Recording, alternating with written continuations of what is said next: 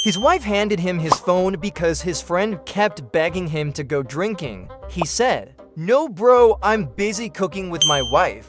She smiled until one sentence made her blush and suddenly let him go drink. Wait for it. Nako, mukhang hindi yata ako makakapunta dyan, pare.